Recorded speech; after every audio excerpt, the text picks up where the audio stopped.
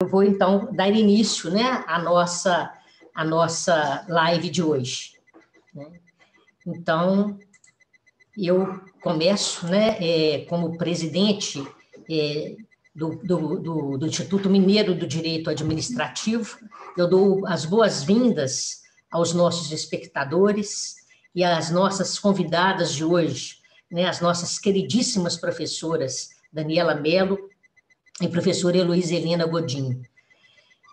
O Instituto Mineiro de Direito Administrativo é com satisfação que dá continuidade ao seu projeto Conversa com Especialista. Como eu havia dito aqui, né, no início, né, o INDA, o Instituto Mineiro de Direito Administrativo, ele tem por missão debater e promover estudos nas diversas áreas do direito público e, em especial, do direito administrativo, né, e em face da impossibilidade de nós realizarmos eventos presenciais, temos realizado, por meio de lives, debates sobre assuntos mais palpitantes do direito público e agora, em especial, do direito administrativo. Na primeira live que fizemos foi sobre também a lei de licitações e tivemos aqui a presença do nosso queridíssimo senador, o professor Antônio Anastasia, numa época em que a lei ainda estava, assim, nem tinha sido ainda sancionada, né, em que ele dava as primeiras impressões sobre a lei. Depois nós tivemos a presença da professora Maria Tereza Fonseca Dias, a nossa diretora tesoureira, e o professor Flávio Unes falando sobre improbidade administrativa. Tivemos também, numa terceira live, os professores Roberto Sorbilli e seu colega, professora Heloísa, o nosso querido Antônio Flávio Oliver, falando sobre a emenda constitucional 109 de 2021, né, a emergência fiscal na situação jurídica dos servidores públicos. E tivemos, na quarta live, a presença das professoras Tatiana Camarão, que é a nossa vice-presidente do Instituto Mineiro de Direito Administrativo, e a professora Vanice Lírio do Vale, falando sobre as primeiras, vamos dizer assim, as primeiras atitudes que aqueles gestores teriam que ter no day after, né, dessa lei de licitações. E hoje, para nossa alegria, né, estamos aqui diante de duas experts em controle externo, duas especialistas, para falar sobre reflexões sobre a atuação dos tribunais de contas e a nova lei de licitações. Isso, para mim, é uma grande alegria, por eu também ser do controle externo, e nós sabemos muito da importância do controle externo para essa lei, no sentido de que nós é que vamos aí fazer esse controle. E eu vejo que o público fica também muito assim ansioso para poder saber, né, quais são as impressões aí dessas nossas especialistas com relação ao controle externo e essa nova lei de licitações. Agora, antes eu devo agradecer ao apoio que tivemos de várias instituições, como a Abradad, a APEminas, o IDAG, a CGE, a AGU, o Tribunal de Contas do Estado de Minas Gerais, todos esses parceiros nos ajudando na divulgação do nosso evento. E antes de passar a palavra às nossas convidadas, e apesar de serem professoras bastante conhecidas, eu vou me permitir ler aqui um pequeno mini currículo de cada uma, para que vocês possam entender da importância aqui dessa noite, né, nesse debate que eu tenho certeza que será profícuo. Então, a professora Daniela Mello, ela é mestre e doutora em Direito Administrativo pela Faculdade de Direito da UFMG, professora também adjunta da Faculdade de Direito da UFMG, analista de controle externo do Tribunal de Contas do Estado de Minas Gerais. E o mais importante no currículo da professora Daniela Mello, ela é a nossa diretora de publicações, né? Diretora de publicações do Instituto Mineiro de Direito Administrativo. A professora Heloísa Helena Godinho é conselheira substituta do Tribunal de Contas do Estado de Goiás, mestre em Administração Pública, Políticas Públicas e Gestão Governamental pelo IDP-UNB, professora de Direito Financeiro, Direito Tributário e Direito Administrativo na Escola Superior da Magistratura do Estado de Goiás e outras instituições. é vice-presidente de Relações Jurídico-Institucionais da Tricom, Associação dos Membros dos Tribunais de Contas do Brasil, diretora tesoureira do IDAG, Instituto de Direito Administrativo de Goiás, né, um instituto amigo do INDA, parceiro do INDA, e sempre um prazer tê-la aqui, professora, né, nessa noite também. Então, conforme eu falei, nós temos, então, só por esse currículo que eu já apresentei para vocês, duas craques, né, craques do controle externo, pessoas do mais alto gabarito, pessoas de escola, e que têm uma experiência muito grande no controle externo, que falaram aqui hoje, né, sobre esse tema, né, que é o tema das suas reflexões do controle externo com relação à nova lei de licitações e contratos. Portanto, sem mais delongas, eu passo a palavra à nossa querida professora Daniela Mello, para que ela possa conduzir aqui esse debate dessa noite.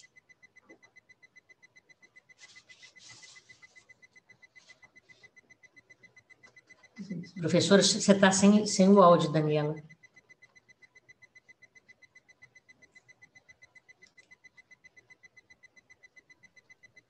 Agora deu. Isso. Boa noite a todos, a todas. É um grande prazer participar desse evento promovido pelo INDA, né? Uma realização, uma inovação na gestão da professora Luciana Raso, né? Que acho que também é uma forma de viabilizar o contato e a transmissão de conhecimento, o debate nesse momento tão, né, atípico que a gente ainda passa em razão desse isolamento social, e com certeza eventos assim é que nos aproximam, né, e possibilitam que a gente possa trazer algumas reflexões, aprender, né, ter mais dúvidas a respeito de temas assim tão importantes. Então, eu queria muito agradecer, né, e compondo aí a diretoria do INDA, com outros colegas tão queridos, e permitir, né, que eventos assim realmente possam propiciar um conhecimento maior. Quero cumprimentar a nossa convidada, né, nossa querida aí, professora Heloísa, também vou chamá-la de professora, a gente combinou que vai dispensar formalismos assim de senhora, doutora, né? Vamos tentar fazer aqui uma conversa realmente mais participativa mesmo, né? De modo que a gente possa ter um evento, né, com um destaque para temas importantes e tentar focar realmente nos impactos que a nova lei traz em relação ao controle externo. E quero cumprimentar todos que estão aqui, né, colegas do tribunal e pessoas que também não são do Tribunal de Contas, mas que participam, e por estarem aqui são pessoas que de alguma forma têm interesse no tema, né, e têm alguma familiaridade, algum contato com o controle externo. Então, saúdo aqui a presença de todos, né? Bom, então, para esse momento, eu pensei em conversar com a professora Heloísa, voltando para alguns temas, inicialmente com aspectos mais gerais, para que a gente possa entender como que a nova lei realmente ela impacta, né, de que forma o controle externo se coloca nessa nova proposta, né, de legislação no Brasil a respeito de licitações e contratações públicas, que também não é nada de tão inovador assim, mas que a gente tem ali algumas regras novas, né?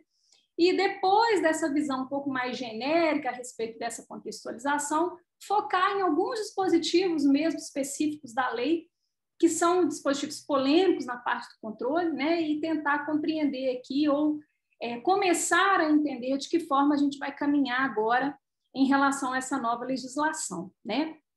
Então, nessa abordagem introdutória, eu acho que seria interessante se a professora Heloísa conseguisse aí para passar para a gente algumas ideias de qual que realmente é a percepção que ela traz com base na Lei 14.133, né, promulgada agora no dia 1º de abril de 2021, notadamente, especialmente em relação à parte em que há as estipulações das regras e dos princípios, né, que asseguram a efetividade das contratações públicas e, por conseguinte, a proteção ao patrimônio público, né? O que realmente tem ali na lei que traz um contexto novo nesse cotejo entre regras, princípios das licitações e contratações públicas, e se isso que está ali dentro agora realmente é um instrumento capaz de assegurar uma boa contratação, né? Temos uma contratação que assegura o interesse público, que protege o erário, né? Então, se ela consegue enxergar nessa nova lei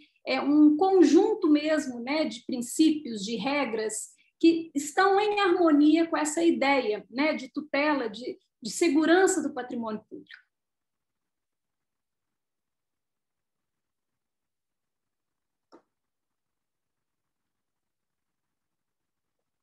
Acho que o Marcelo tem que liberar o som da professora. Foi o que aconteceu comigo também. Ah, sim, aí. Agora liberou. Marcelo. Boa noite a todos. Eu queria cumprimentar a todos que estão na sala, nas pessoas da professora Cristiane Stropa, que está aqui presente, com quem eu aprendo muito, né? E que se transformou numa grande amiga, que eu admiro, gosto bastante. Então, agradeço a presença. Cumprimentar também a Cristina Andrade, procuradora do Ministério Público, né, que eu admiro tanto essa instituição Ministério Público dentro dos tribunais, que nos legitima a sermos tribunais. Seríamos o Conselho de Contas ou outra coisa qualquer, mas o Ministério Público legitima podermos chamar essas instituições de tribunais. E, por fim, cumprimentar a Crislaine, do Instituto Rui Barbosa, que eu também vi por aí. São muitos quadradinhos, mas eu vi que ela está presente. A Crislaine é uma pessoa que eu admiro extremamente, uma professora, uma profissional também do controle externo, está lá no IRB, faz um trabalho excepcional. Então, queria cumprimentar as 3 Cris, né? Coincidentemente, mas em nome de todos que estão aqui. Vi que tem gente do Tribunal de Contas do Estado de Goiás, pessoal do interior, então não dá para nominar todo mundo, mas eu agradeço. Primeiro, eu acho importante contextualizar um pouco, sua pergunta é muito boa, embora bastaria ela para a live toda, né? São muitos princípios, muitas regras, muitas preocupações com a lisura das licitações e tal. Mas eu queria primeiro dizer o seguinte, que não é a lei, não são essas regras que vão dizer se a licitação, ou que vão conduzir a licitação para um ambiente de integridade. Não foi por falta de lei que nós chegamos até aqui. Aliás, a Lei 8666 sempre foi muito questionada por ser até uma lei que engessava a administração, né? Pelo excesso de regras, pelo excesso de questões a serem observadas, burocráticas e tal. E a Lei 14.133 também sofre um pouco dessa crítica de excesso de regras. Tem gente até fazendo comparação de número de artigos, incisos e alíneas, como se isso fosse algum tipo de solução para os nossos problemas, ou mais ou menos artigos, ou mais ou menos incisos, alíneas e parágrafos. Eu acho que o momento interessante de ter uma nova lei, qualquer nova lei, qualquer novo marco legal, é como se fosse o dia de ano novo, tá? A gente sempre faz todas as mesmas coisas, mas aquele dia a gente faz um compromisso de ter uma vida melhor, de emagrecer, no meu caso, por exemplo, né? De fazer mais caridade. Cada um faz uma série de promessas, porque exatamente é o encerramento de um ciclo e a abertura de um novo ciclo. Então, todo novo marco legal, ele traz essa coisa, não, agora a gente vai começar, agora a gente vai fazer integridade, agora a gente vai fazer governança, agora a gente... Nada disso é novidade, né, gente? Assim, quem está um pouquinho mais tempo na administração, gosta de estudar, gosta das inovações, sabe que governança, integridade, linha de defesa, nada disso é novidade. E aí, agora, o que eu acho bacana é o que o professor Marcos Nóbrega fala, né, utilizando... também parafraseando outros pensadores, que talvez seja o momento de um turning point, de um ponto de inflexão. Então, é esse negócio do ano novo, vamos fazer um compromisso e que a 14.133 agora vai dar certo. Então, eu acho que, contextualizando só o início da pergunta, precisa de um compromisso. Precisa de um compromisso da administração pública, precisa de um compromisso do setor privado, precisa do compromisso do controle, sabe como é que é? E aí sim a gente vai ver se as regras, os princípios que foram colocados na lei, que na minha visão a gente trouxe para dentro da norma de forma bastante importante, regras mais esmiuçadas de planejamento, regras mais esmiuçadas de governança, né? Tudo isso já existia, mas não estava lá descrito na lei. E o brasileiro gosta de saber se está no artigo 20, no 25, ou se não está em lugar nenhum. Muitas vezes para transgredir o artigo 20 ou 25, mas muitas vezes exatamente para justificar num parecer, justificar numa decisão, com base lá no artigo 25. Então, essas coisas foram trazidas para dentro da lei, eu acho que isso é um ponto relevante, sim, em prol da administração, em prol da lisura da licitação e, como você disse, da proteção do patrimônio. Porque eu vou só finalizar aqui esse meu raciocínio inicial, porque é importante, sim, proteger o patrimônio. Nós sabemos que o volume de aquisições públicas é um volume estratosférico no Brasil, né? É um percentual do PIB bem significativo que é gasto nas aquisições. E, para além dessa questão da materialidade, que seria esse volume de recursos que são gastos todos os anos com aquisições, nós temos um papel importante das aquisições na execução das políticas públicas, por exemplo, de sustentabilidade, por exemplo, na questão de microempresa, né, e pequena empresa, empregabilidade. Então, nós sabemos que as aquisições elas têm um papel relevante nesse tipo de política pública e, mais do que isso, no âmbito de inovação. Porque é óbvio que o governo, comprando inovação, o mercado de inovação, ele aquece mais do que se o governo não compra inovação. Então, isso acontece em qualquer país do mundo. Então, vejam que não é só uma questão de abastecer a administração de produtos e serviços em prol da execução das políticas, mas muito mais do que isso, movimentação de economia e tal. Então, a gente acha que sem dúvida alguma, um novo marco legal que proteja mais essa operação é um marco legal bem-vindo. Mas se a gente for esmiuçar aqui princípios e regras, eu acredito que nós vamos ficar aqui durante um bom tempo, se o pessoal tiver até 2 horas da manhã, e não vamos garantir que realmente o patrimônio estará protegido ou que a licitação terá um fim esperado dentro da integridade e tudo mais, da governança, se não houver compromisso das pessoas que vão trabalhar com essa lei. Tá? Então, assim, nesse primeiro momento, eu ficaria nessa introdução. É porque a gente sabe, né, que a compreensão do que é uma licitação, da ideia da contratação pública, ela já há muito deixou de ter uma visão meramente instrumental dentro do direito administrativo, né? A própria licitação ela ganha uma ênfase, né, de atuação mesmo na finalidade administrativa de você visar o interesse futuro, né, com aquele contrato e permitir a realização de diversos interesses ali envolvidos, né, tanto na aquisição de um bem como na geração de riqueza, né, na movimentação do mercado. E uma das coisas que a própria lei também estimula, né, a economia local, permitindo, em alguns casos, que, né, o recurso a ser gasto fique ali, naquela região, né? Então, eu acho que o que a gente consegue realmente verificar é que foi um momento em que se aproveitou para fazer uma reunião de muita coisa que já vinha acontecendo, né, e que estava fora das regras estipuladas expressamente, categoricamente, na 8666, na 10520, né, na lei normalmente utilizada nessas áreas de contratação, com a ideia de realmente agregar ali toda essa lógica de contratação visando uma efetividade maior nas compras públicas, né? Com esses instrumentos aí que você ressaltou, Heloísa, né? Que não é, para o controle não é nada tão novo assim, né? Falarmos aí de todos esses mecanismos que você ressaltou.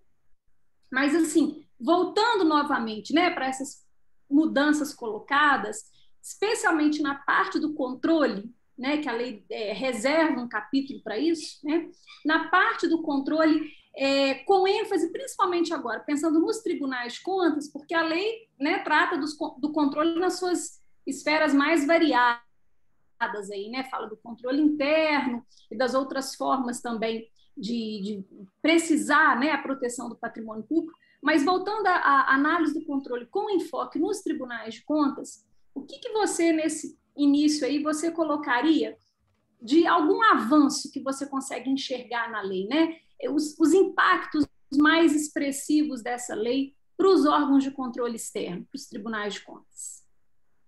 Olha, eu acho que até você falou, e é importante ressaltar, governança, segregação de funções, integridade, todos esses itens que foram inseridos de maneira mais clara e que a gente já trabalha com isso há 15, 16 ou mais anos no âmbito do controle, né, exigindo segregação de funções, exigindo um mínimo de governança. Quantas auditorias o Tribunal de Contas da União já fez para avaliar o nível de governança de organismos federais, né, entes federais, ou órgãos mesmo da administração direta?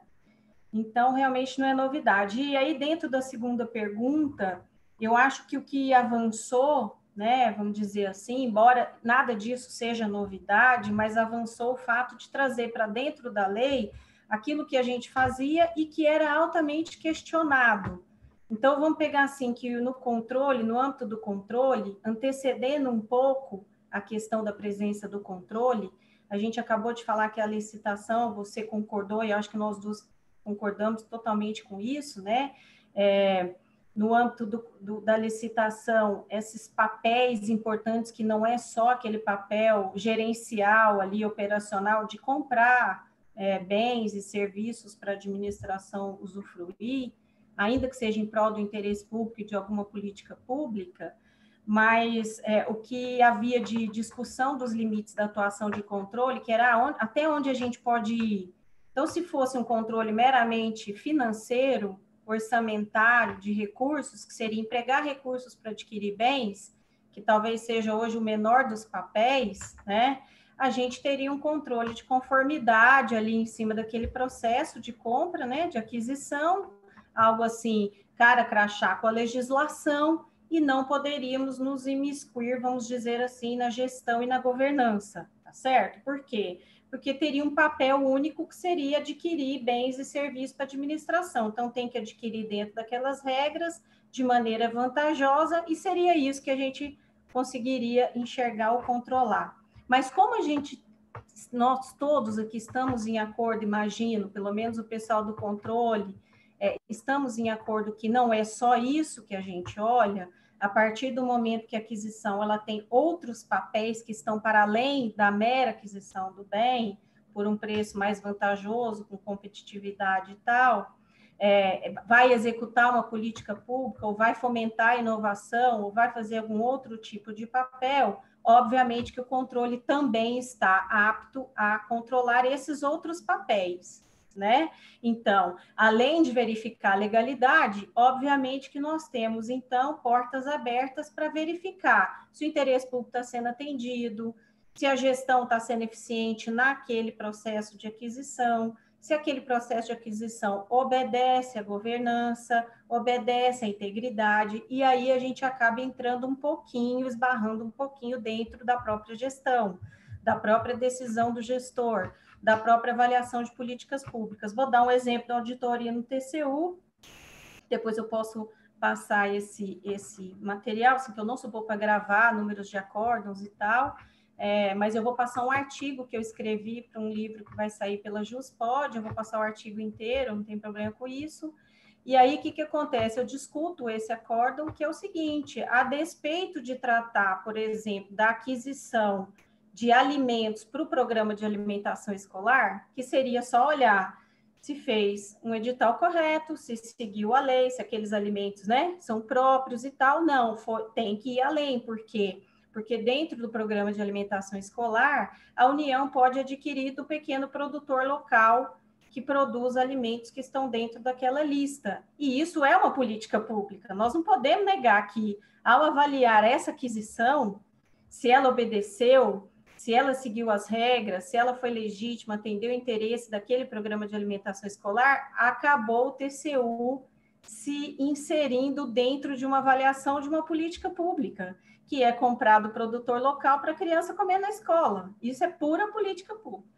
E aí, essa lei agora, ela traz isso de maneira mais clara. Aquelas pessoas que eram contra, não, mas o tribunal está entrando, é um processo de edital, de avaliação de edital, de execução de contrato, e ele está olhando política pública, e ele está olhando governança disso. Quer dizer, essa lei, ela passou a abrir essas portas de uma maneira um pouco mais clara, de que o nosso papel é esse. A gente já fazia, mas a 8666 era tímida nisso, tá? Então, era mais um aspecto de legalidade, era mais um aspecto de conformidade, e a Lei 14.133, ela abre essas possibilidades. Então, acho que nisso foi um avanço enorme para nós. A gente pode fazer isso com um pouco mais de tranquilidade, vamos dizer assim, um respaldo legal, e agora todos que comentam essa lei não podem fugir também de comentar isso, obviamente, né? Interessante, né, essa abordagem que você trouxe, porque assim, se a lei ela quer avanços na área de licitação e de contratação, ela também tem que permitir avanços do controle.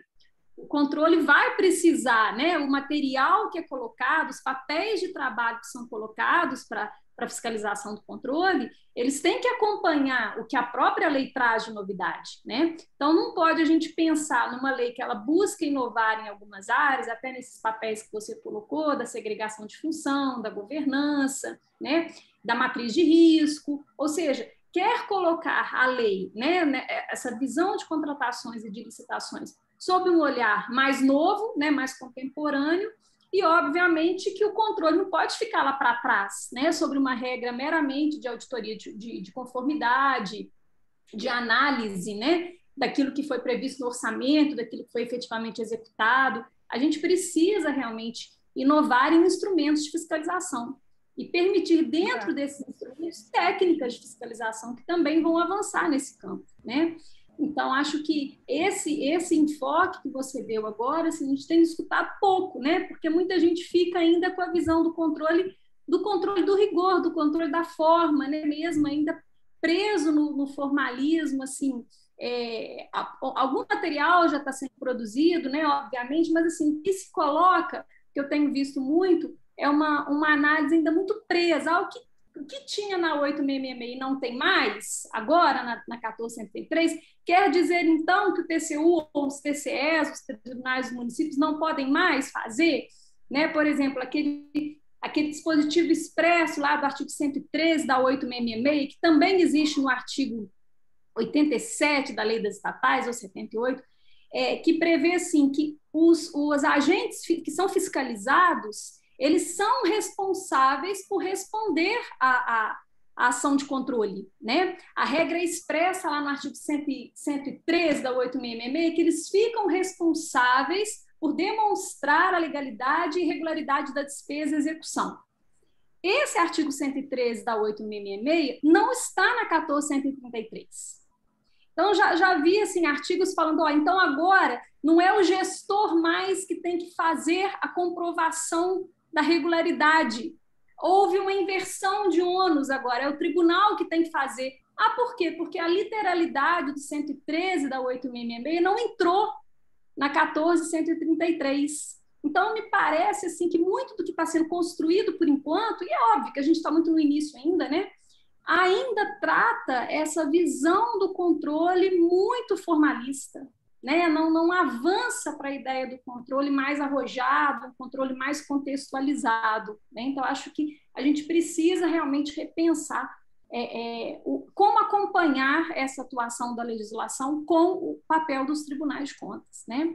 E aí, voltando agora um pouquinho para os artigos mesmo específicos da 14.133 sobre o controle externo, né? Eu queria ouvir de você um pouquinho, Heloísa, sobre as linhas de defesa, né, que o dispositivo traz, né, o artigo enfoca isso, se a ideia do legislador com essas linhas de defesa passou por qual perspectiva, né? Há uma ideia de prevalência ali daquelas linhas, qual seria realmente o objetivo legal em categorizar linhas de defesa, né? Visando especialmente esse artigo que está dentro do capítulo lá dos controles?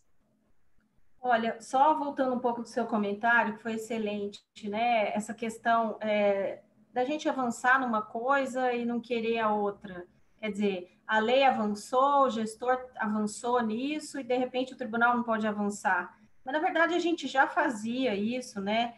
E eu acho engraçado que é como se fosse, assim, o mundo do Matrix. Não sei quem já assistiu Matrix aqui, que está aqui, né? Tem uma galera jovem, mas tem um pessoal já da minha idade. E aí você não tem como viver nos dois mundos, né, gente? A lei avançou, mas o controle tem que ficar para trás. Eu não consigo entender, sabe? Nós não temos escolha de pílula também. É a vida, esse é o mundo. Isso é o que nós vamos fazer, o controle está lá junto. Então, assim, não dá para escrever legalidade, porque a gente já passou dessa fase, a gente já está conversando outros assuntos. Isso não quer dizer que o controle da legalidade ficou para trás, até porque continua no Brasil ainda todo o patrimonialismo, nepotismo e favoritismos que a gente já devia também ter ultrapassado essa fase, mas como a gente vive uma concomitância de agenda, ao mesmo tempo a gente é Estado patrimonial, ao mesmo tempo a gente é Estado 4.0, então não dá para dizer que não vai fazer controle de legalidade. Eu não sei quem afirmou isso, mas eu até queria bater um papo com essa pessoa, para ver se ela para de falar, porque é ridículo, desculpa, né? Não sei se é alguém que está aqui, mas se for, apareça, por quê? Como assim nós não vamos fazer mais controle de legalidade? É óbvio que a gente vai fazer, só que ele vai ter um peso menor. Nós precisamos um pouco aprender o formalismo moderado de verdade, que também não é uma novidade no Brasil, mas a gente precisa entender que o interesse público, as políticas públicas, todas aquelas outras coisas que a gente conversou, que é o próprio mérito, vamos dizer assim, do processo de licitação, né? E o mérito da existência da aquisição pública é que tem que ser avaliado, porque isso é que vai repercutir na prestação adequada de serviços. Vamos dar um exemplo da vacina. Comprar vacina é só adquirir um bem? Não. É só adquirir um insumo? Não. Adquirir vacina é uma política pública hoje, né? Porque a gente vai aplicar nas pessoas e vai acabar com a Covid, todo mundo vai viver bem, vai voltar ao normal, a economia vai girar e etc. Então, vejam só que analisar o processo de aquisição de vacina não é só olhar a legalidade e a observância, por exemplo, da lei vigente à época, seja 8666, seja outra, seja nova agora. Mas, quando o presidente da República, e aqui não tem nenhum caráter político, por favor, mas quando ele recusa a compra de uma vacina pela metade do preço que era vendida para outros países, isso tem uma repercussão?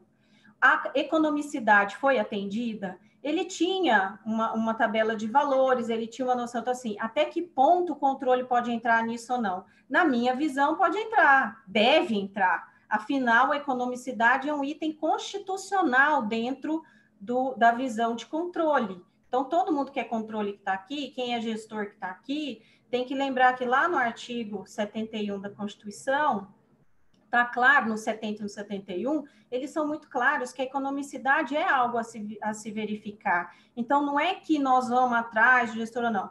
E, ao mesmo tempo, vale para aquele gestor, por exemplo, do interior de São Paulo, que me comoveu tremendamente o ano passado, porque comprava insumos, EPIs, que valiam 9, 10, 12 reais, e de repente passaram a custar 100, 200, 300, e ele apavorado do Tribunal de Contas em cima dele, porque um negócio que custava 9 passou a custar 150.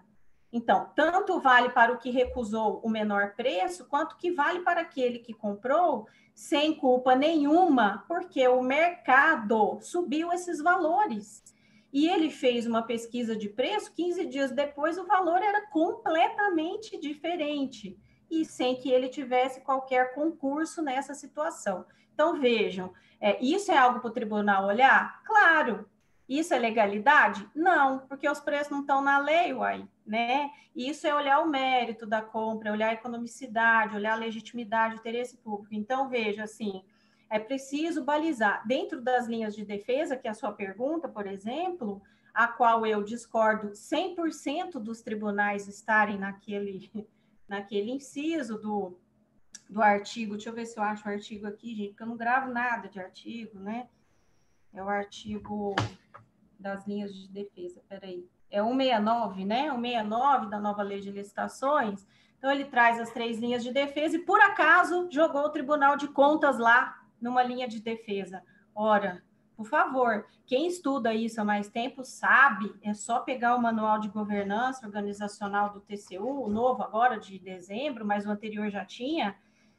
O controle externo não faz parte de nenhuma linha de defesa, gente, porque as linhas de defesa são internas da administração, pelo amor de Deus, né? Então, todas as linhas de defesa de legalidade, de risco, de integridade, são aquelas constantes dos organismos internos, das unidades internas de cada órgão ou ente. O que é que pega o controle externo lá e joga para dentro? Não tem como, o controle externo está numa outra esfera. Então, nesse meu artigo, eu proponho que a gente faça uma interpretação conforme a Constituição. Eu não consigo enxergar o Tribunal de Contas dentro das linhas de defesa, ponto. É claro que, se você perguntar para o gestor, em parte ele nos odeia, mas se ele pudesse ter a gente dentro da gestão ajudando, ele adoraria. Só que ele tem o controle interno, que é bacana também, que eu sou uma incentivadora do controle interno, tá? Eu sou uma parceira de todos os controles internos. Aqui em Goiás, por exemplo, eu sou embaixadora da cidadania, né, do controle interno, porque eu acho que é importantíssima a função. Mas aí o gestor queria que a gente, de antemão, dissesse que estava tudo ok, mas não tem como, porque de antemão a gente não pode dizer nada, nem naqueles processos de consulta, porque a gente não pode falar em caso concreto. Então, como é que a gente está lá dentro da gestão do cara falando na terceira linha de defesa? É inviável.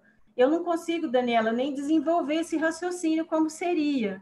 Afinal, ele tem lá assessoria jurídica, controle interno, e aí você tem o sistema de controle interno, que é um sistema mesmo, você tem um controle interno difuso dentro das unidades, você tem o controle central, então ele tem muita gente para auxiliá-lo nessas linhas de defesa. E nós estamos fora, nós estamos em outra esfera, a gente vai ver depois tudo que todo mundo fez, ou, na melhor das hipóteses, concomitantemente, dizer, olha, isso que você está fazendo não está bom. Mas nós não estamos dentro da linha de defesa, nós não fazemos parte desse exército, entende? O nosso exército é outro, nós não estamos degladiando também com esses, é um exército irmão, mas é quando juntou Esparta com outras cidades, né? E aí eles se juntaram para lutar contra o Xerxes. Não é o nosso caso, mas a gente não está dentro daquele exército, então eu não consigo sequer conceber. Então, a pergunta fica muito difícil eu dizer como seria a nossa atuação, porque realmente eu não acho que a gente está dentro das linhas de defesa. Acho que isso deveria ter sido objeto de veto, mas como não tem como vetar só palavras dentro de um inciso, né, dentro de um dispositivo, eu acredito que a gente vai acabar fazendo uma interpretação conforme e os tribunais vão ser considerados fora dessas linhas de defesa, como são as normas internacionais, e como eu disse, está lá no manual do TCU. Exatamente. É interessante isso, porque quando a gente parte para a leitura específica dos artigos que integram esse capítulo do controle, né, das contratações, e o tribunal entra logo no 160, no 159, na linha de defesa, entra lá na terceira linha, toda a leitura que se faz na sequência dos artigos posteriores, o 170, 171, então envolveria todo o sistema de controle interno, controle externo. E fica difícil a gente perceber, assim, em algumas passagens da lei, se aquilo ali, de fato, vale para a fiscalização que o Tribunal de Contas faz. Fica muito preso à ideia do controle interno, do controle da própria gestão. E em outras passagens, fica muito clara a visão da lei de colocar o tribunal no exercício de uma função consultiva. O tribunal tem que dar orientação, tem que falar o que fazer, né? Então, assim, se ele não faz ali naquele momento, nós vamos falar um pouquinho das cautelares, né? Mas nessa própria passagem já se coloca, o tribunal tem que indicar a medida. Então, há uma mistura na lei, né, no capítulo das contratações, aquilo que deveria ser foco do controle próprio da gestão, daquilo que o administrador precisa fazer com toda a sua equipe, né, com toda a sua estrutura. E a gente sabe que a lei também teve o propósito de colocar como uma força maior o papel do controle interno, do assessoramento jurídico, e depois, na parte lá final do controle, mistura todo mundo, né? Coloca meio que o assessor, o órgão de controle interno, como alguém que está caminhando com o Tribunal de Contas ali, como se houvesse a necessidade de haver uma interlocução entre eles, né?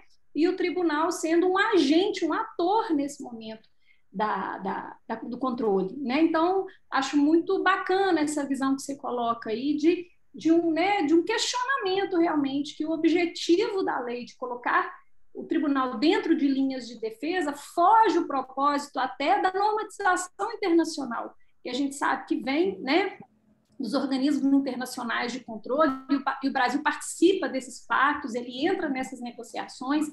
A gente tem muitos documentos que o Brasil aderiu, né, normas de auditoria, tudo isso que é defendido, né, nos organismos internacionais, que a gente participe, faz parte, e na hora de regulamentar esse aspecto do controle, como nos infantilizou, né, traz uma ideia muito pequena, né, muito mal estruturada da visão do controle. Daniele, tecnicamente, como é que a gente faz parte da estrutura de governança de um órgão?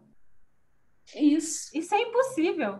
Eu diria que é impossível, né? Mesmo que o Thanos faça assim com a mão dele, metade do mundo acabe, a gente não vai entrar dentro do órgão, que é o que todo mundo não quer, não é verdade? Ninguém quer a gente lá na gestão. Né? Eles vêm com a infantaria e depois eles querem a artilharia. Vem o Tribunal de Contas e faz o papel final ali.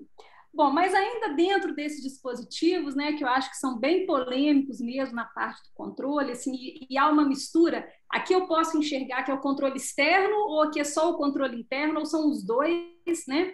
No 170, há também uma previsão que, em relação à atuação dos órgãos de controle em geral, eles vão atuar na fiscalização dos atos decorrentes da lei, e aí não fala quais atos, então, como você ressaltou no início, qualquer tipo de ato, seja um controle meramente de formalidade, seja um controle de governança, né? Então, na hora que o controle atua, pelo artigo 170, está lá estatuído, está lá estipulado que os órgãos devem observar critérios de oportunidade, materialidade, relevância e risco, né? Nomenclatura também muito originária dessas regras internacionais que a gente tem nas auditorias, né? Sobretudo nas auditorias operacionais. Então, além disso, o dispositivo fala que, além de ter que focar nesses aspectos,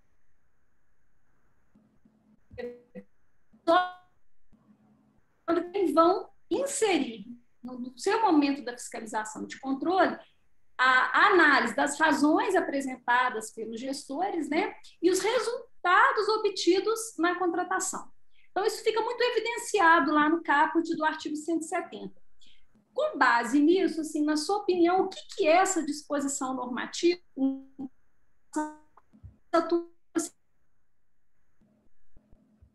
já faz base na Lei 8666, né?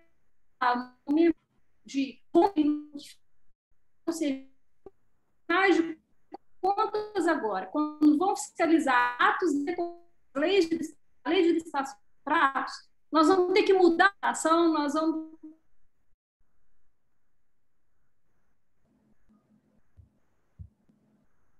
Vocês estão me ouvindo, gente? Não sei se travou aqui. Então,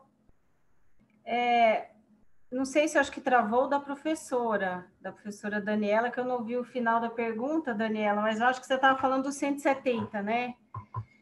Olha, gente, não sei se vocês vão gostar de mim ou me odiar no final, né? Porque como eu acho que os tribunais não estão no 169, eu acho que eles não estão no 170, tipo isso, né? Mas a Cris Stropo até falou aqui no chat, que eu estou adorando a participação do pessoal, que a lei 14.133 usa a expressão controle de forma totalmente não técnica, confunde processo de controle interno com auditoria, com o Tribunal de Contas, é tipo isso mesmo, né, gente? Então, assim, vamos lá. Primeiro, eu acho que dentro dessa interpretação conforme, o 170 é para os órgãos internos, é para os gestores, para órgãos, para controle interno, para assessoria jurídica, tá? Até porque os tribunais de contas, desde 2015, atendem essas normas, as ISAIs, né?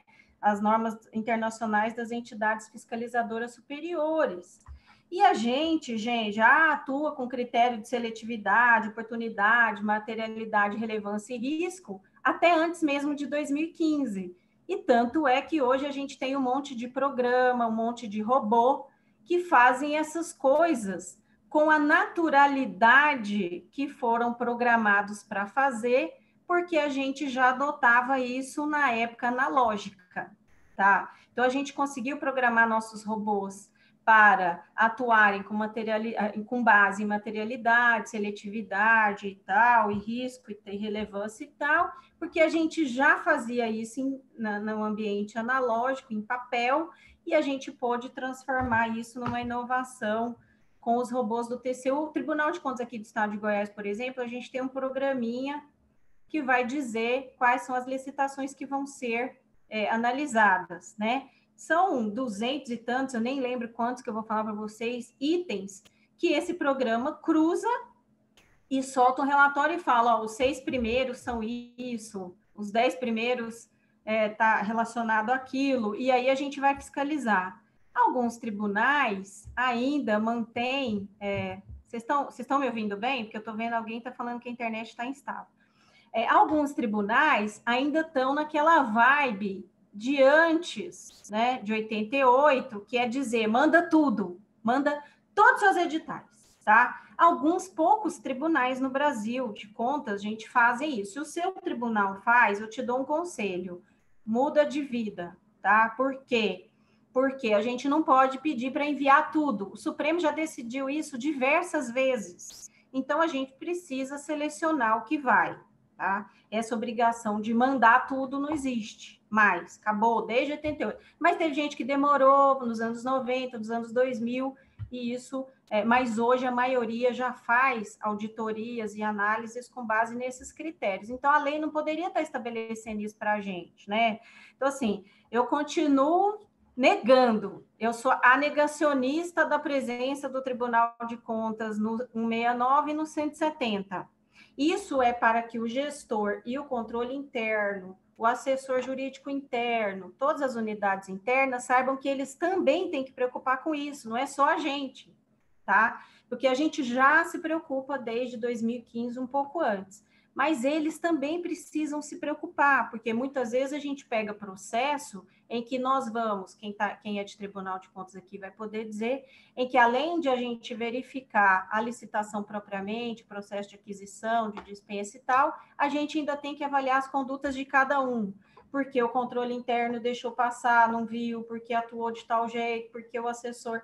Então, para essa cadeia dessa matriz de responsabilização diminuir, ou pelo menos ficar menos intensa e todo mundo reclamar menos, eu acho que a lei trouxe para dentro essas questões que no controle a gente já fazia, no controle externo, mas que o controle interno também tem que se preocupar, que o gestor também tem que se preocupar. E eu vou contar uma novidade aqui, aí sim é novidade. Se eles se preocuparem, tá? Se as linhas de defesa funcionarem e o 170 for objeto de preocupação na gestão, o que vai acontecer? A responsabilização vai diminuir. Nós vamos ter uma cadeia muito menor de responsáveis. Ou, se brincar, nós vamos ter licitação em que não vai nem precisar responsabilizar ninguém, porque vai estar tudo lindo, né? Então, eu acho que isso foi trazido para dentro da gestão e não está relacionado com a gente, entendeu? Mas eu não sei se o povo vai gostar disso, né? Vamos lá. Com certeza, Heloísa. Bom, eu estou com um problema de conexão aqui, eu caí várias vezes, então se eu sumir, a Luciana me resgata ou faz o meu papel aí e dá continuidade ao debate, tá? Porque tá uma coisa meio esquisita aqui minha conexão.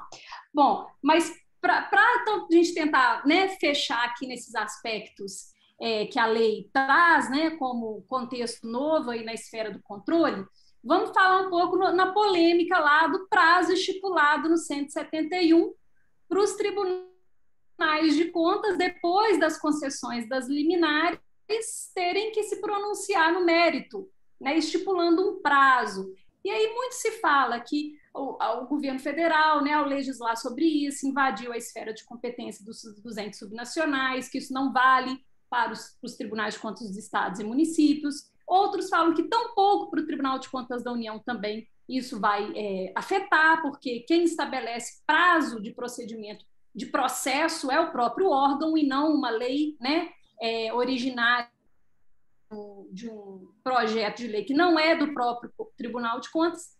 Então, como que a gente ficaria aí a respeito dessa estipulação de prazo e como que a norma enfrenta essa questão do tribunal ter que dar respostas né, tão logo ele suspenda, ele tem que indicar as alternativas possíveis, estabelecer a medida, né, que o gestor deve adotar. O inciso 2º do parágrafo 1º fala que o modo como será garantido o atendimento do interesse público quando obstado pela suspensão da licitação no caso de objetos essenciais ou de contratação por emergência. Não está havendo uma mistura aí, como a gente falou desde o início, do papel de uma missão consultiva do tribunal com o papel do controle externo que ele realmente tem que fazer. Então, eu queria te ouvir um pouquinho nessa passagem aí, para a gente fechar esses aspectos, né, relacionados à própria lei. Olha, eu até queria fazer uma observação aqui do chat. Gente, eu gosto de ficar lendo o chat, tá? Vocês não reparem. A Cristiane Stropa falou novamente que ela acha que faz referência, sim, aos TCs, então aplica. Não, faz referência, não tem como negar, tá escrito, tá? Eu estou fazendo uma interpretação conforme, que é claro que é uma interpretação que o Supremo vai ter que fazer numa ação que for ajuizada perante o Supremo. Então, os tribunais têm que estudar isso, estão estudando, né, na verdade, e ajuizar. Até lá, onde está escrito Tribunal de Contas, gente, a gente vai vivendo com isso, vai convivendo com isso, mas é algo que a gente já faz. Então, o 170 não é nada que a gente vai ter que mudar nossas estruturas ou reinventar a roda, tá? Então, Cristiane, é isso, assim, mas de modo geral eu faço uma interpretação conforme. No tocante a cautelar, gente, vamos lá. É um poder que a gente tem, eu não tenho como dizer que isso vai para o gestor, porque isso é nosso, realmente. Medidas cautelares são nossas, né? E é uma atuação que está íncita aos nossos poderes. Na repartição de funções que eu faço nos meus artigos, né? Eu faço uma repartição um pouco diferente daquela nona partite das funções, eu aglutino algumas. Eu entendo que o poder cautelar está dentro lá do fato da gente ter uma função julgadora, tá? Só pode emitir cautelar quem julga, então o gestor não pode emitir uma cautelar. Pronto, tá? Isso está claro para mim.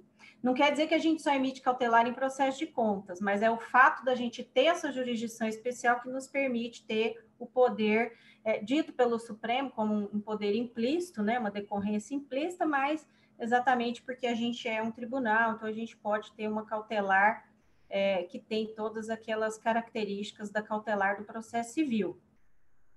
Nenhum gestor, principalmente o executivo federal, ninguém gosta da cautelar. Várias vezes o Executivo Federal tentou colocar, por exemplo, na LDO questões de cautelar. Quem é do TCU sabe isso. O tempo todo tentando limitar as nossas cautelares, tá? Então, isso é objeto sempre de debate no âmbito do legislativo. É claro que há um certo excesso nas nossas cautelares, mas não como é dito por aí. Eu não sei se vocês acompanharam aquele programa Destrava, né, que foi uma junção, um convênio, um acordo cooperativo do CNJ, do STF, com a Tricom, o IB, todos os tribunais de contas. Nós fizemos os levantamentos das obras paralisadas. Eu não sei se vocês acompanharam isso, mas após um levantamento, inclusive com o auxílio do IBRAOP, que também fez um levantamento, e tudo isso depois foi reunido num levantamento só, ficou claro que os tribunais de contas, eles são responsáveis por menos de 6%, juntando com o Judiciário, juntando com o Ministério Público Comum, todos esses são responsáveis por menos de 6% das paralisações de obras no Brasil. Espera aí, 6% juntando o Judiciário, Tribunal de Contas, Ministério Público, nós temos 94% de paralisação de obra, que é gestão. Então, assim, embora em alguns casos eu acho que a gente realmente extrapola um pouco desse poder de cautelar, nós não travamos a administração como se quer fazer crer por aí. É um mito que foi derrubado, não é isso? Então, a gente não é responsável pela paralisação das obras. Mas isso foi para a lei de licitações porque existe um mito de que a gente é responsável pela paralisação da eficiência, da boa governança, da boa gestão que eles fazem, que os gestores fazem, nós somos os responsáveis porque a gente emite cautelar. Então, isso foi para dentro da lei com essa falsa noção. E aí, claro, agora a gente tem que engolir, está na lei. Eu vou dizer, nesse caso, como eu disse no outro, que isso não poderia estar inconstitucional por causa do vício de iniciativa e tal, mas nesse caso, diferentemente dos outros, eu vou entrar dentro da questão, tá? Eu acho que é caso, sim, de uma ação direta de inconstitucionalidade perante o Supremo Tribunal Federal, porque ele tem N decisões dizendo que o poder de iniciativa é dos tribunais. Você não pode a Lei 866, que nem é a 14.133, que nem é uma lei de processo, inclusive, ter temas dessa natureza no meio de uma lei de licitações. Então, está tudo errado. Mas, nesse caso, eu vou entrar na questão, gente, porque eu acho o seguinte, nós precisamos de prazo nos nossos processos? Sim. A gente não faz, vem um outro e faz, não é isso? A gente não põe prazo nos nossos processos, vem o Legislativo Federal e põe. Por quê? Porque nos tribunais, infelizmente, não são todos, mas muitos, emite uma cautelar e ela vira para o resto da vida, tá? Ela vira para o resto da vida. Prazos de 120 dias, 180 dias, e o negócio realmente não poderia, porque a tutela cautelar é uma tutela provisória, e ela tem que ter um processo principal. Em muitos tribunais, a própria cautelar é o processo principal. Aí você fala, não, mas espera aí, essa cautelar está querendo garantir o quê? Não tem, porque já entrou no fim, já entrou na prestação jurisdicional final. Então, os tribunais, eles precisariam estudar um pouco de cautelar, tá? Eu tenho um artigo que trata de processo, rapidamente eu falo da cautelar. Nós precisamos estudar a natureza da nossa cautelar e ela quer garantir o quê? Porque ela não pode ser um fim em si mesma. Então, eu sempre enxergo um processo de conhecimento por trás de uma medida cautelar. Eu sempre faço isso, mas nem todos os tribunais fazem isso. Então, o que a Lei 14.133 fez? Trouxe a matéria de mérito para dentro. Disse, olha, a cautelar não é um fim em si mesma. Você decidir a cautelar, meu filho, você precisa decidir o outro, tá? Isso olhando sobre o aspecto processual da coisa. E é isso mesmo, infelizmente. Agora, se nós vamos nos imiscuir na gestão, algo que ninguém quer, mas que nessa hora quer, como foi o caso da Lindbe, que lá na Lindbe é a mesma coisa. A gente não pode dizer que tal coisa que o sujeito fez está errada. A gente tem que dizer, olha, o que você fez está errado, porque você tinha essa alternativa, não usou, essa alternativa que era mais econômica, mais barata, essa outra alternativa aqui, quer dizer, praticamente é uma consultoria de gestão, não tenho dúvidas. Mas talvez no Brasil, a gente ainda precise, né, dentro da nossa função pedagógica, explicar um pouco mais do que só dizer que está errado. E tentar mostrar para o gestor que ele tinha alternativas. Eu só não consigo enxergar isso como argumento para uma decisão de mérito, porque quem estuda direito, e mesmo quem não estuda, mas está nos tribunais, acaba tendo que entender de processo, de decisão, de sentença, a gente sabe que as razões de decidir, não é isso? Elas têm que estar ligadas com o pedido e com o provimento final, que é a conclusão, o que você mandou fazer, o que você não mandou fazer. E aí obrigar a gente nas razões de decidir, dizer quais eram as alternativas, por que elas eram melhores ou piores, daqui a 5 anos estão dizendo que a gente acabou com a gestão, que a gente falou que era para o cara fazer, que não era para o cara fazer. Então, assim, é um ambiente muito perigoso esse que nós entramos, tá? Com essa solução legal, mas eu acho que ela só ocorreu, em parte, porque nós deixamos uma lacuna aberta, que é não estudar o nosso processo cautelar adequadamente, não colocar prazos processuais adequados para essas cautelares e, principalmente, achar que a cautelar pode ser um fim em si mesma e não enxergar um processo de conhecimento por trás dessa cautelar. A cautelar deveria estar garantindo um provimento jurisdicional final, e nem sempre isso acontece, tá certo? Então, eu vejo assim, que o debate é salutar. Não gosto que esse dispositivo esteja nesta lei, mas acho que esse debate é salutar para nós, e que nós vamos precisar enfrentar esse tema de algum modo. É muito interessante, né? Assim, faz todo sentido, porque como a gente não trabalha com uma legislação, nós não temos, né, uma norma nacional, uma lei orgânica que seja, que estabeleça, estude o processo do controle externo, né? Então, essa ausência de normatização, como você coloca essa lacuna, ela permite que o legislador, num contexto de lei que não deveria ser, ele aproveita o momento e estabelece, estipula prazo, quando, na verdade, a gente tinha que tratar isso num outro contexto, em norma de processo, digamos, realmente, né, voltada para o controle externo. Ele não colocou que o juiz, ao dar uma cautelar numa ação, né, judicial correndo em alguma comarca, ele também tem que responder naquele prazo, se a matéria for licitação. Mas no Código de Processo Civil tem. Exatamente essa falta. Mas, Daniela, no Código de Processo Civil mas aí a norma é específica para isso. Isso, exatamente. E a gente sabe que essa norma é uma norma em branco. É específica para cuidar. Então, a gente vai, né, avançar em matéria de procedimentalização mesmo, né, e ter um processo de controle externo mais efetivo, ou nós vamos deixar mais uma norma ali sem aplicação, né? Então, acho que assim, o objetivo de tratarmos exatamente desse primeiro momento, né, nesse encontro com uma norma muito nova, é exatamente destacar alguns pontos de reflexão, né, e chamar a atenção para alguns aspectos que foram poucos que a gente destacou aqui, porque a norma é rica, né, nesses impactos na nova regulamentação e o controle.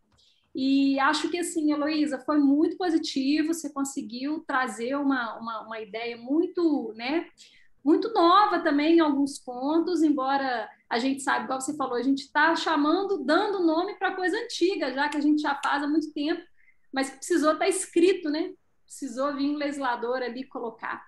Mas acho que foi muito positivo, esclarecedor, elucidador em muitos pontos, né? Vejo assim, que você se coloca de uma forma assim, muito segura, né? De alguns aspectos que a gente sabe que alguns tribunais ainda estão um pouco atrasados assim, nessa compreensão efetivamente do papel do controle, né? Fiquei muito satisfeita com a sua presença aqui hoje, com as suas colocações, com seus pensamentos. Acho que enriqueceu demais, né, esse estudo inicial que a gente precisa continuar fazendo aí com o avançar da vigência da norma, né? Então, professora Luciana, eu vou passar aí para você, se for necessário você fazer alguma outra colocação e complementar aqui, mas acho que, né, foi muito satisfatório, muito positivo aqui a presença da professora Heloísa. Professor Luciano, eu posso, antes Claro. de despedir do pessoal, por favor? Claro. Eu queria dizer que o tema era reflexões, né? Eu não estou me sentindo com razão de nada. Aliás, assim, eu acho que todas as posições hoje sobre a lei são muito assodadas. Eu aceitei o convite e nós combinamos que seria esse tema de reflexões, porque eu acho que refletir é trazer todo tipo de lado, quase um brainstorm para a gente ver aonde a gente vai chegar. Eu acho que os cursos que estão sendo lançados, tem muita gente boa falando muita coisa, muito bacana, mas tudo isso ainda é muito novo, como você disse, a gente precisa aprender a amadurecer. Eu ouvi uma live da professora, eu vi depois, mas da professora Tatiana Camarão com o Vitor Amorim, achei muito interessante ela falar que precisa de amadurecer, a gente precisa saber em que ponto que a gente está e onde a gente quer chegar.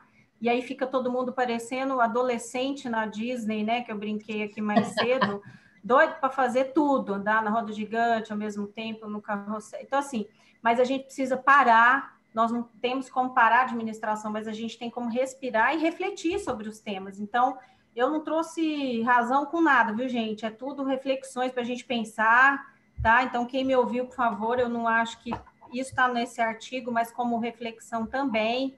Precisamos pensar em tudo isso, e eu agradeço demais, porque a Luciana depois vai falar e eu provavelmente vai encerrar, então eu queria despedir de todos, dizer para se cuidarem, e estou à disposição para debater esses temas nas redes sociais.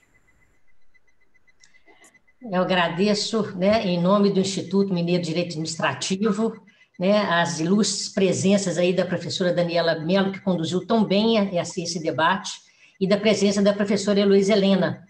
E como você bem colocou, professora, estamos aí com uma lei saindo do forno ainda, são reflexões mesmo, mas hoje eu estou muito feliz porque estou cumprindo 2 missões na minha modesta observação, que é levar assuntos do direito administrativo para o maior número de pessoas possíveis, porque isso é a missão do Instituto Mineiro de Direito Administrativo, e mais, falar de um tema do controle externo que me é tão caro, né, e ver 2 professores ilustres falar tão bem e colocar mesmo as nossas angústias, porque eu tenho certeza que tudo que foi falado aqui é angústia minha também, angústia da Cristina Andrade, tenho certeza, da procuradora, né, e de vários outros colegas meus do controle externo que vejo aqui, né, nessa noite. Meus colegas aí, agradeço, né, do Tribunal de Contas que estão aqui presentes, colegas que estão estudando a lei, professora Heloísa Helena, né, a Daniela sabe disso, nós temos lá um grupo de pesquisa, que a Daniela também está, eu também estou nesse grupo, temos aí os nossos integrantes, a Milena, a Érica, e as pessoas que estão conosco, estão aqui também presentes nessa live. Agradeço imensamente os 2 diretores do INDA que estão aqui presentes, a Maria Tereza Fonseca Dias e o Geraldo Spagno. Agradeço, né, a presença da procuradora, né, Cristina Andrade, mais uma vez, e também as presenças do Antônio Flávio de Oliveira, que foi o nosso convidado aqui de uma live, né, colega aí da professora Heloísa Helena, do IDAG, e também, né, procurador-chefe lá da Corregedoria do Estado de Goiás. Também agradeço a professora Cristiane Stropa, que está sempre aqui nos eventos do INDA. Eu agradeço, assim, de coração, professora, que a senhora é uma ícone também do direito administrativo, grande administrativo, uma mulher também que está sempre aí agindo e colocando as mulheres num outro patamar, isso é muito importante, né? Nós temos que ter essa união, que agradeço demais a sua presença, né? Que é também ela também é do Instituto Brasileiro, né, de Direito Administrativo, e também do Instituto Paulista de Direito Administrativo. Enfim, é com muita alegria, né, que estou aqui hoje encerrando essa 5ª live. Eu gostaria muito que vocês todos que estão aqui presentes hoje, né, e nós tivemos audiência de várias cidades, né, de Minas Gerais, do estado de Goiás, de São Paulo, que continuem conosco, né? A próxima live será oportunamente anunciada nas nossas redes sociais e repito, né? Eu acho que estou fazendo aquilo que o INDA tem que fazer, que é levar a todos os cantos do Brasil, na medida do possível, já que a gente não pode, vamos dizer assim, dar de forma presencial, estar levando para vocês um pouquinho aí, né, do direito administrativo em assuntos tão importantes como essa lei que está saindo do forno, repito. Por isso, são reflexões, né? São reflexões, mas são reflexões com muito fundamento de 2 professoras que têm uma experiência imensa do controle externo. Então, agradeço de coração mais uma vez e agradeço a nossa audiência e até a próxima, né, do nosso evento. Sigam, por gentileza, o INDA MG nas nossas redes sociais. Muito obrigada. Um beijo a todos.